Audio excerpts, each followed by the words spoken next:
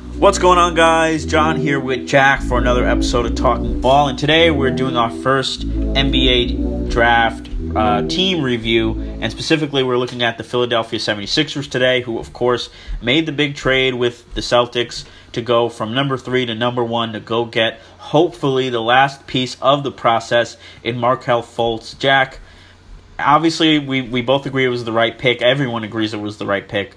Do you think they will finally be able to turn the process into progress? Ooh, I like that, John. Much better than what they were trying to say last night. We're in the muck instead of the process, or something like that. It was awful. Yeah, that's much better. Thank you. Yeah, I think they are. First of all, Fultz and Simmons are a great pairing just to work off one another. Yes. Just the fact that Fultz can play on and off ball, that's what you needed next to Simmons. And he's gonna, I think his off ball shooting is gonna really improve just because of the situation they're in. The fact that, there's gonna be times, for as much as people are talking about who has the ball between Simmons and Fultz, what about Embiid?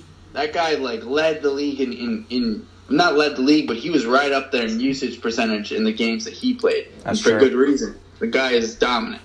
And so with those three, as well as Covington, Saric, they have a really nice young nucleus that you just expect to continue to blossom for the coming years. The only worry, injuries. Yeah. And that's definitely a major concern for this team. Yeah, and hopefully Fultz will get out of his rookie year without any injuries, unlike almost every other first-round pick the Sixers have had.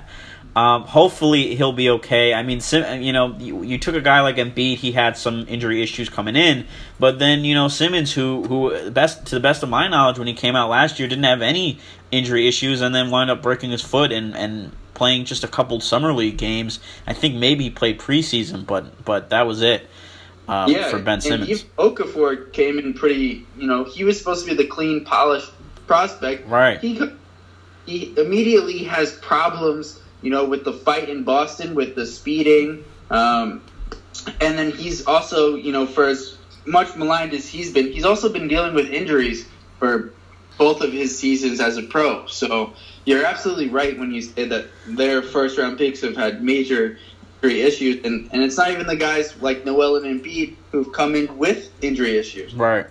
It's guys who have developed them since being in Philly. So Yeah. hopefully Fultz will be okay, and if everyone, or at least most of everyone, if the big three, which is going to be Fultz, Embiid, and Simmons, if they can stay healthy, then that's going to be a team, in my mind, who is going to make a push, maybe not necessarily for a playoff spot right away, but I think they'll be young. Obviously, they'll be young. They'll be fun to watch, and they'll be a team that you'll see how much progress they're making and if it's the right sort of progress. So hopefully Fultz will be the final piece of that winning puzzle that the Sixers need, and then from there they can fill out with role players and guys like that. Hopefully they have their core guys going forward.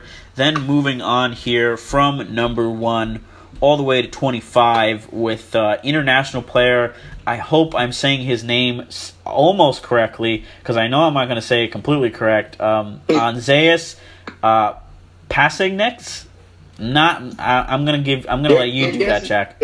On this one, yeah. Okay, yeah. I have no idea how to say this guy's name. The only thing I know about, let's call him Mr. P, yeah, is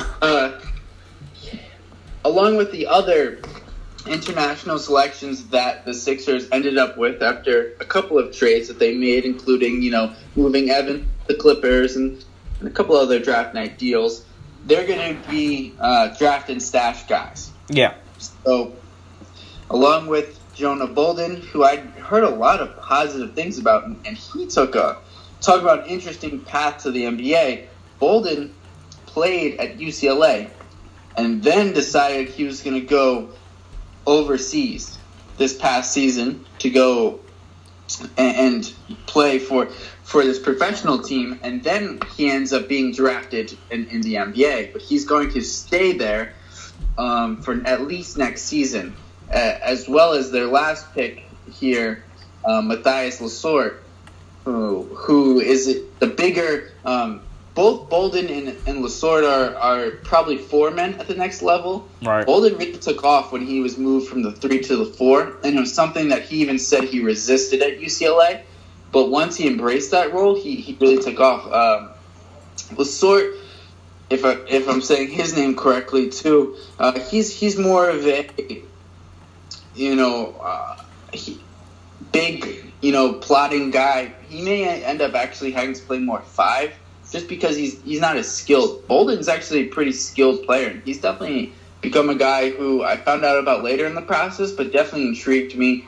And if nothing else, with these 3 guys all being bigs and with their roster, loaded with bigs, even if they do get rid of Okafor, they still have Rashawn Holmes, who's really solid. These guys are definitely trade assets for this team. Yeah, very true. And they also have Dario Saric, who should be coming over this year, hopefully, to help them at the 4 spot. Sarge played all of last season there. That's right. He did play all of last season. I forgot about that. It's so easy to forget about Philly when they are consistently picking at the top of the draft and all their guys are injured and they're not. Yes, hopefully no more. Hopefully they will transition into being a better team. So, guys, let us know what you think about the Sixers draft.